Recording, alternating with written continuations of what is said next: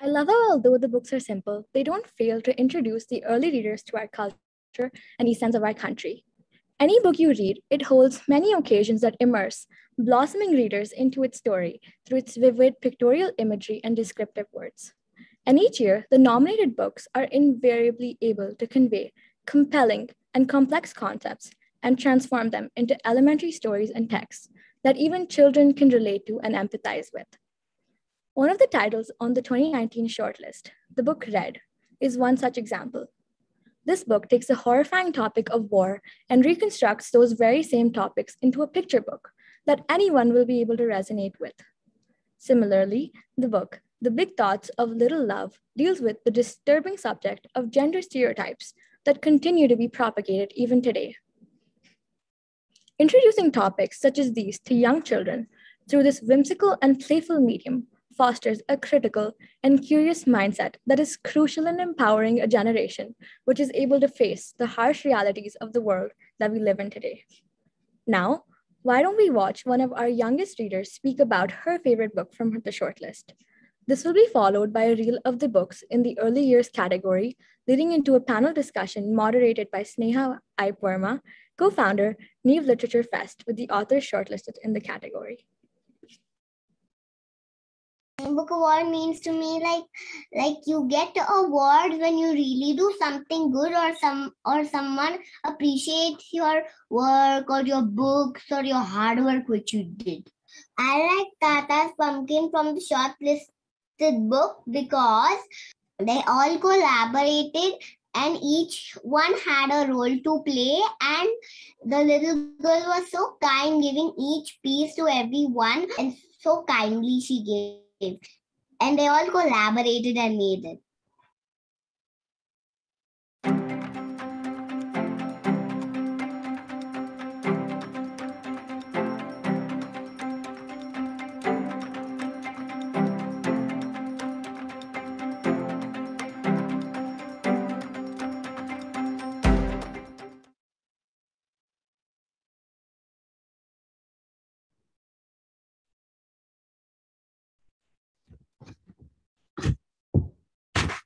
Hello.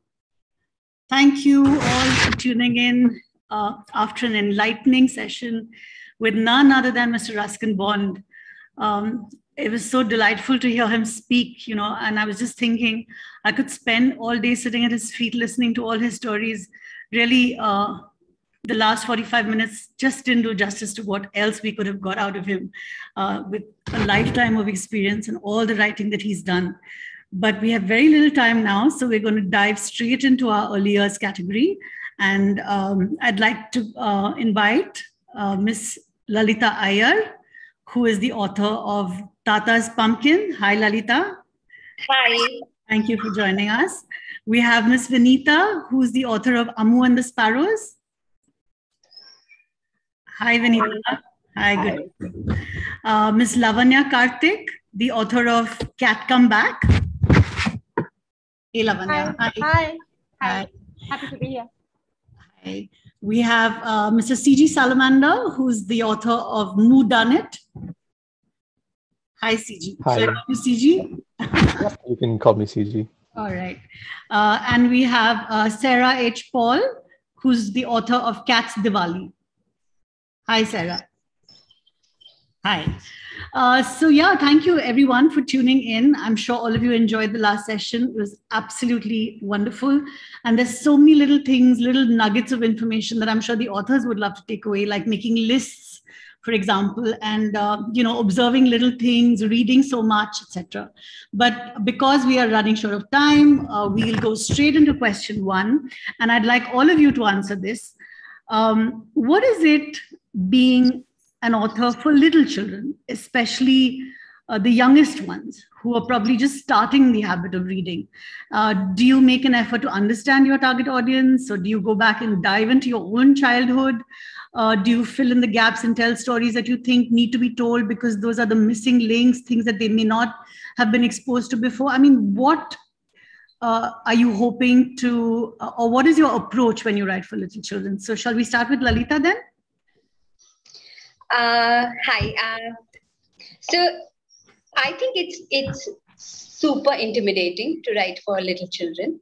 And Tata's Pumpkin was my first attempt. And I'm still figuring it out because, I mean, I don't think I have gone through so many drafts of any book as I have with Tata's Pumpkin.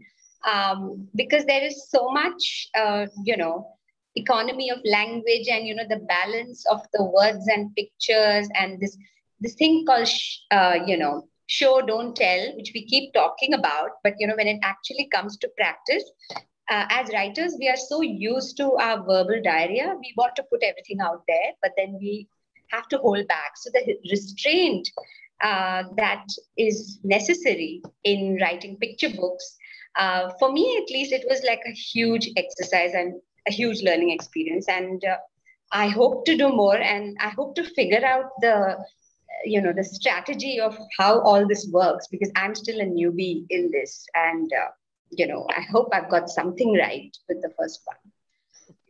So does there have to be a strategy, Vanita? What do you think?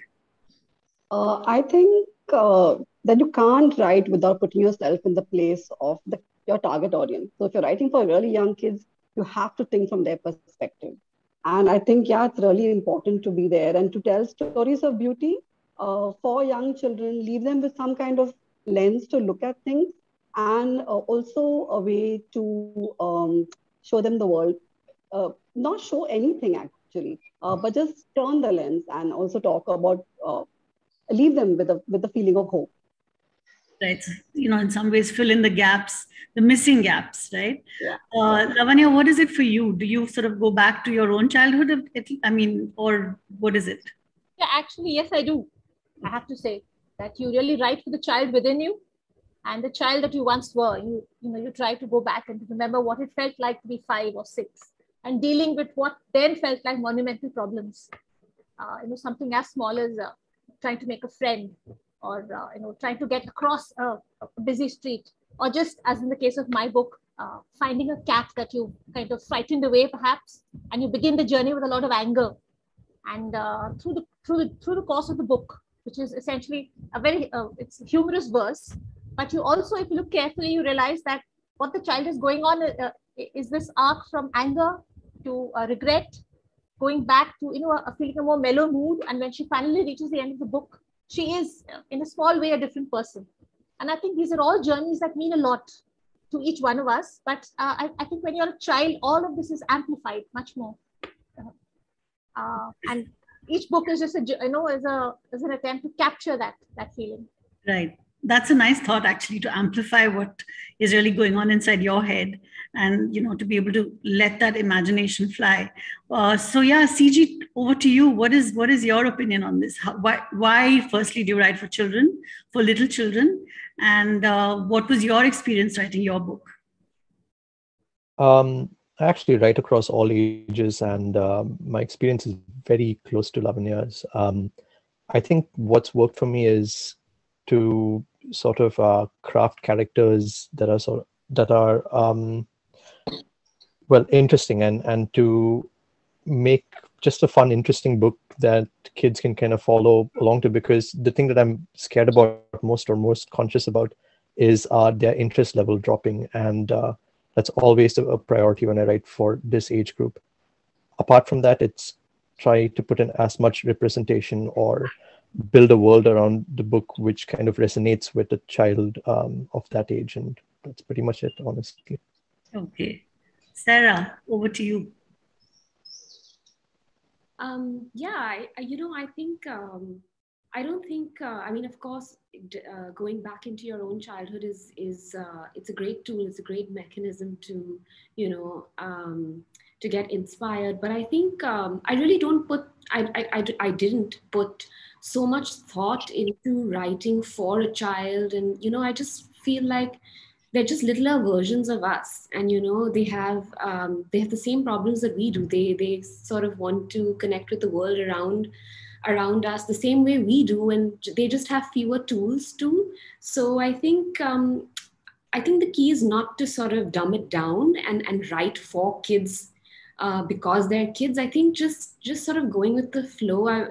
To be honest, I wrote this story to sort of just bring a little bit of awareness about the environment for my husband. And it happened to be then to make a good children's story. So I really think there's no science or formula to write for children, but yeah, I mean, whatever inspires you. It's great to go back to, your own childhood from time to time. So this year on the shortlist for early years, we have 2 books about cats, which is very interesting because cats are obviously also very popular on the internet. We have one sort of detective story. We have 2 about relationships and one about sharing and community. So, I mean, if you look at the kind of books that that authors are now choosing to write, do you think that because the times have changed so much and continue to change very rapidly, actually, that is it important to give little children a fare of, possibly different kinds of topics that they haven't been exposed to? We have a book this time on parenting. We have one which implies, divorce. We have so much about identity, gender.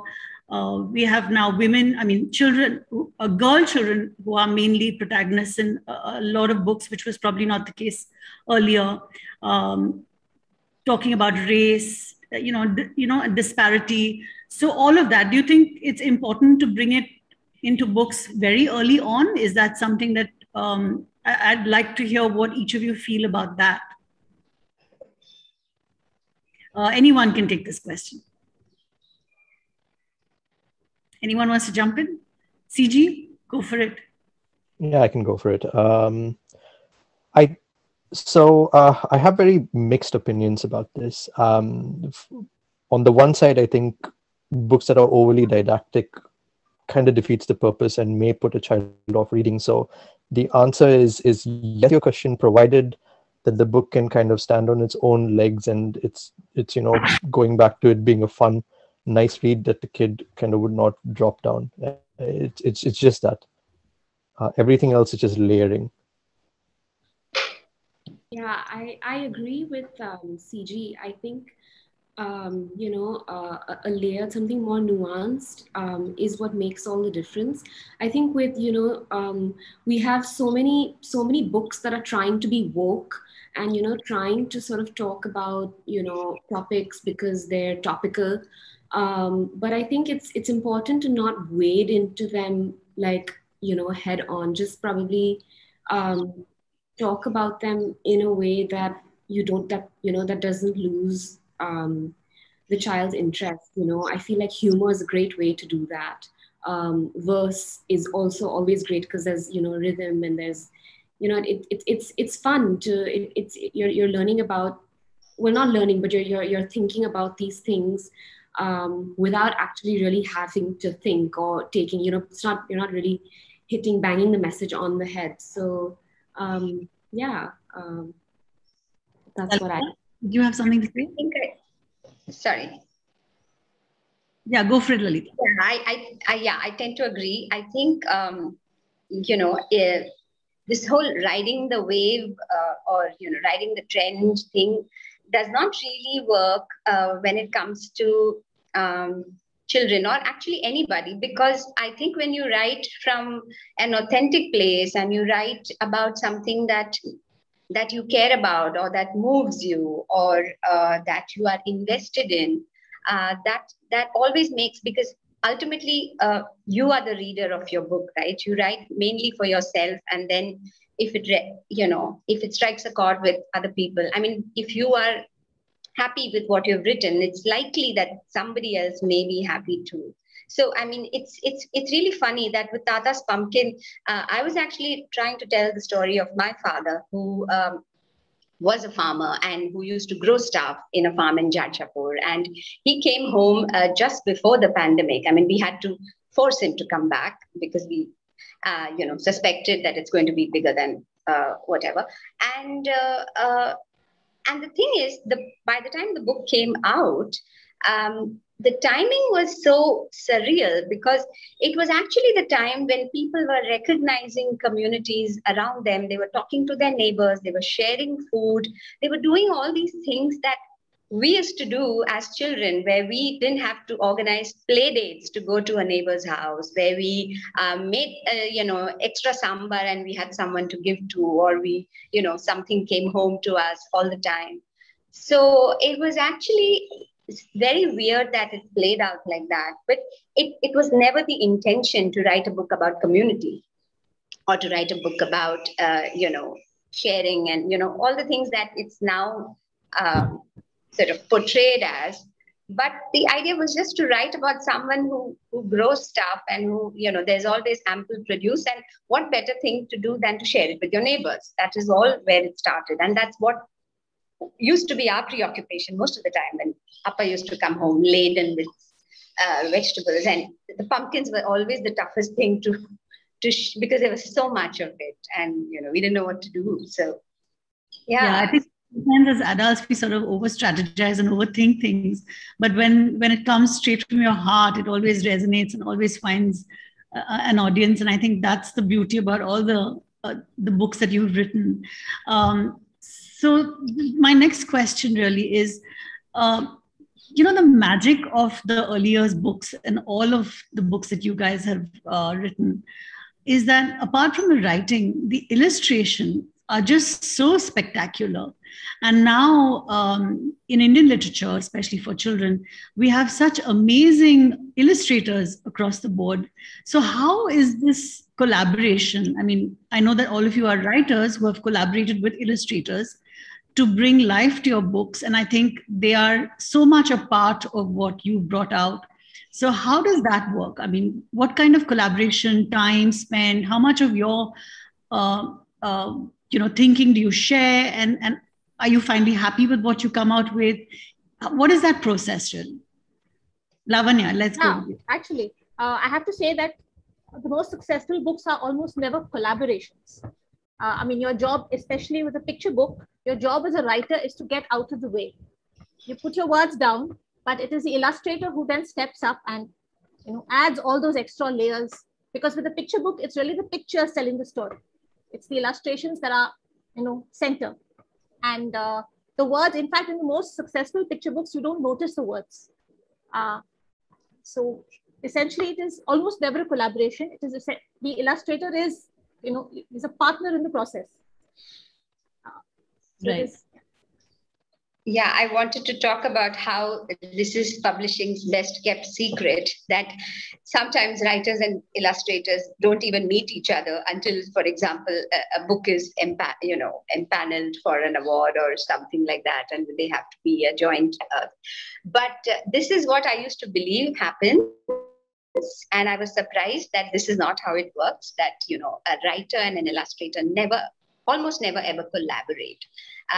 In fact, many times, most publishers don't even tell you who is illustrating their book, and they believe that that is for the best of the book, because it is for the illustrator to give vision to your words in a manner that really uplifts it, and it sort of takes it to another level. So if as a writer you come in the way, like Lavanya described, and suppose you have inputs like Tata looks like this, I believe Tia is like that, and I believe this society complex has, something like this, and there is, Tia has a cat, and or whatever it is.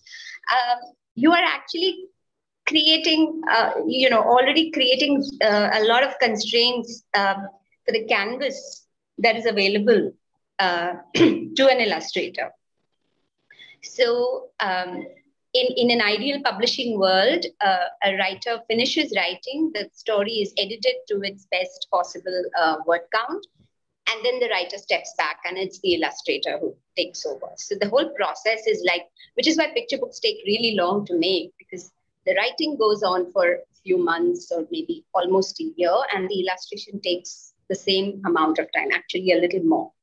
And then when you see your work being in its final product, it's a lovely surprise, because when I looked at the cover and the pictures in my book, and I was like, oh my God, I never thought Tia would be this, or I didn't think Tata would look like that. And it's a joy. I mean, even though you have a preconceived notion of what your book will look like, it's always a joy to see it as something else.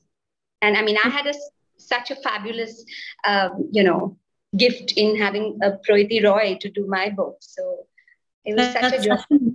Such an incredible insight. I mean, one never would have thought that that's how it works, because it feels like such a perfect collaboration. I mean, all of the illustrations look like they're just made for, or, even entirely designed by the author in some way, because it feels like it's their mind's eye. Is that the same experience you've had, Sarah?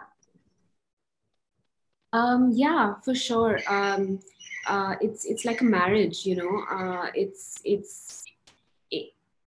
we have a slightly more collaborative process in the sense that, we when Urvashi and I worked together on this book, it was more of we worked on a character, on the cat, to see whether, we went through a lot of iterations, and until we narrowed down on the final shape and the character that we liked. And then, it was entirely her show, in the sense that, she went with it. She adds, I think the illustrator adds a lot of their own elements and their own essence to the book, which is what ties the whole thing together really beautifully. Right. So yeah, I mean, unless anyone else has a question, anything to say about Anita? I wanted to say something, yes. I was just thinking that the second question is something I wanted to answer actually, about, what kind of subjects do we take and how should we take it for a very young child? And I think I think the weariness of having, like C.G. Salamander said, something didactic, and stories should be happier places to be for very young kids. I also think that we come from a space of privilege. And I think often we don't realize that stories are safer space to peer from the outside for a child, and to look into and connect to the inner world of another place. And I think, therefore, these difficult stories or subjects are nice ways to do it, even for a very young child. That's what I want to jump in and say. In fact, the feel I got when I read your book, Vinita, was, just as a child, I would be so curious and ask 100 questions about why and what, and, is there a reason that the author thought that way? Is it, I mean, you want to tell us a little more about Amu and the Sparrows and what was really going on? You left so much hanging, but it made me so curious to think what was going on in your mind. So yeah, maybe a little light on that. I actually wrote Amu and the Sparrows about a boy living with his grandmother, waiting for sparrows that don't come anymore. He was feeding the sparrows, and that is the layer I want to be available for a child who wants a happy story. The other layer is about the wordless grief children have at a very young age if there is trouble at home, and how there aren't words for that, and how the child uses the sparrow metaphor, because there is for a child it's not metaphoric actually, but uses that to latch on to and hope that his parents will be back together. And I wanted to leave that story that way only, because if there a layer very deep inside available if there is difficulty in processing grief for a child, and also the top layer, which is just a story of a child with his grandmother waiting for two sparrows to come back. True. That's so beautifully told, actually. Just so evocative. And thank you for that book. It's just incredible. Lavanya with Cat Come Back. It's really a book about imagination, because she goes on this little trip and she goes everywhere. Do you want to tell us how you used intrigue or imagination or curiosity to sort of weave that whole story through? And then finally, I love the way it ends. When she comes back home, she's like, oh, okay, this is, after all of that, here's a cat right on my chair. So yeah, you want to tell us a little more about that? Sure. In fact, this book started off, it wasn't a visual book at all. It was a tactile book. Because the very first version of this book was a tactile book for visually challenged children to be able to read. So that's where the accordion format began. And it was essentially a story about a child, again, chasing a cat. And the point of the tactile book was the various textures and forms that you could use your fingers to feel out in the course of reading the book. But that has translated into a very different experience. And when it became a more conventional book with words, the adventures your fingers were supposed to have on the page just got translated to the imagination. So there is this wild and wacky adventure that they may or may not have gone on. And it just becomes this visual exploration that the illustrators, Ishan and Aisha, just totally, they just done a brilliant job with visualizing that aspect of the book. It's beautifully illustrated. So do you ever go back to the book and feel like, oh, I wish I'd added this, something else to that story? Do you ever feel like that? We should have, no? Just for the joy of the illustrations, for extra pages. Yes, we should have. Yeah. I think artists are never fully satisfied with what they put out, right? It's always a little inkling that maybe I could have changed a little something here or something there to make it that much better. But, I think in terms of the text, I'm quite happy with it. But yes, I think just the joy of seeing more and more of those pages unfold would have been quite tempting. Yeah, the accordion format is just brilliant. It just, gives you a different dimension to reading totally. So yeah, thank you for that. So CG, I'm going to ask you, with Mood on It, it's a amazing detective book for a young child. Great. Also, in terms of setting and where you've set it is so important because it gives you a very different landscape and imagery. Just featuring different kinds of people from an urban audience. So is there anything that also about like how authority can make change? How there are people you need anything? No. Right? They finish eating. Wash off. There's some audio leak that's happened. Thank you. Yeah. No, so I was just thinking that when you sort of pursue something and you try and influence change, that the role of authority in that setup who come in to enable that change, right? In your case, you had the mayor. Are there any thoughts on how, and firstly, the detective format and why you chose to bring in the mayor and what is that story about? Okay, so but I think I'm going to try and break this into two parts. And I'm going to kind of come out with a declaration that Mood on It is one of those books where I did very little work. So the idea was in my head for quite some time, and then Shayoni had reached out, and it felt like this is exactly what Shayoni wanted. So I sent it across, and everything else, I'm going to say about 60 to 70% of the work was all Aindri. Because if you go through the book, what you will find are the pictures kind of have its own element of mystery to it. And that's primarily because of how Aindri went about designing the book. And she has used fruits to kind of build into the illustration. So you will slowly find that the characters, Amu's hair are made out of leaves and the wheels of a cart are made out of old orange peels. But coming back to the format, I think mysteries is something I've been writing across all ages, and I kind of just wanted to distill it down and keep distilling it down. So I think I also have one for a slightly higher age group coming up soon, and I'm working on an adult novel, and I think I just wanted to try and encapsulate the genre that is mystery and kind of just make it available for a young audience, and I hope I've done that. I feel I have. But yeah, yes, I think thank you. Absolutely have.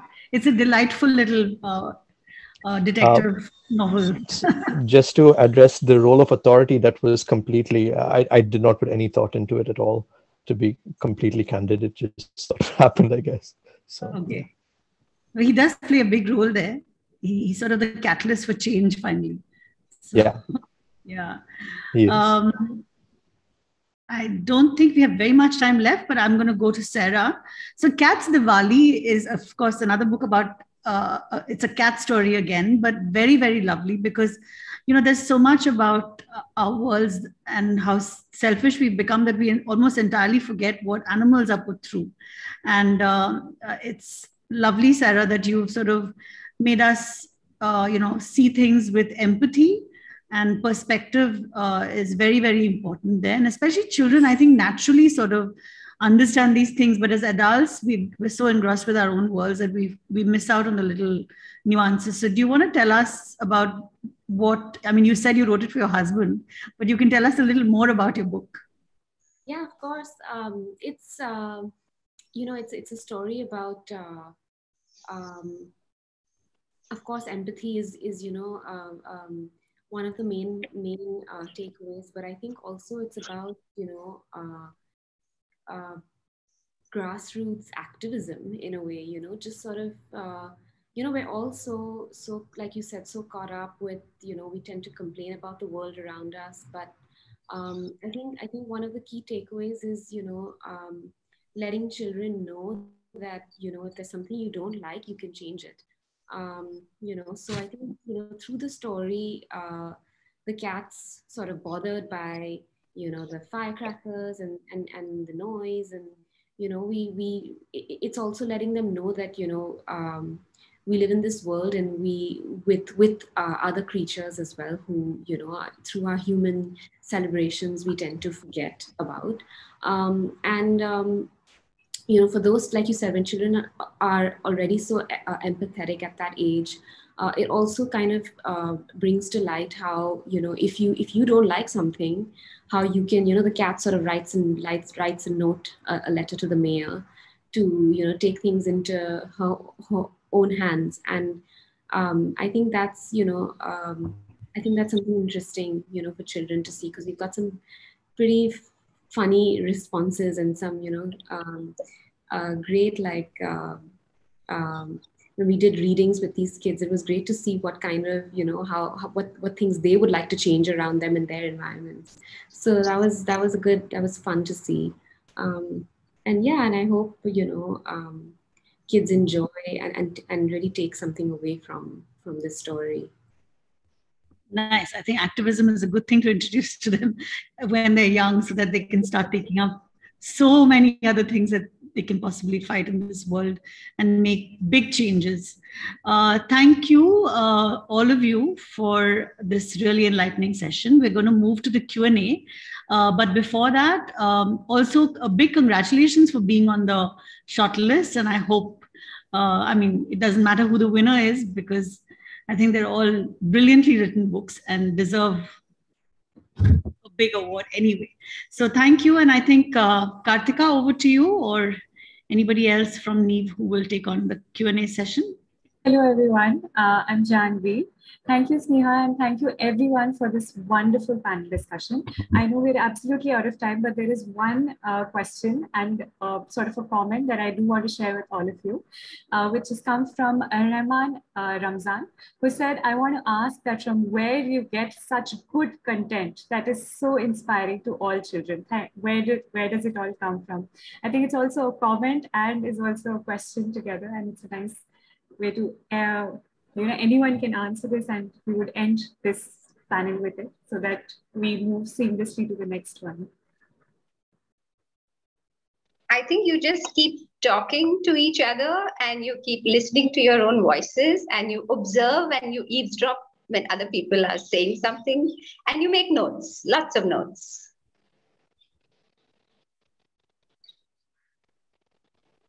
I think you look around all the time. You're looking at books. Like Raskin just said earlier, you can't be a writer unless you're a reader. So you're reading and you're picking things up, and you take stories from things around our lives, inside our lives, outside, right outside our lives also.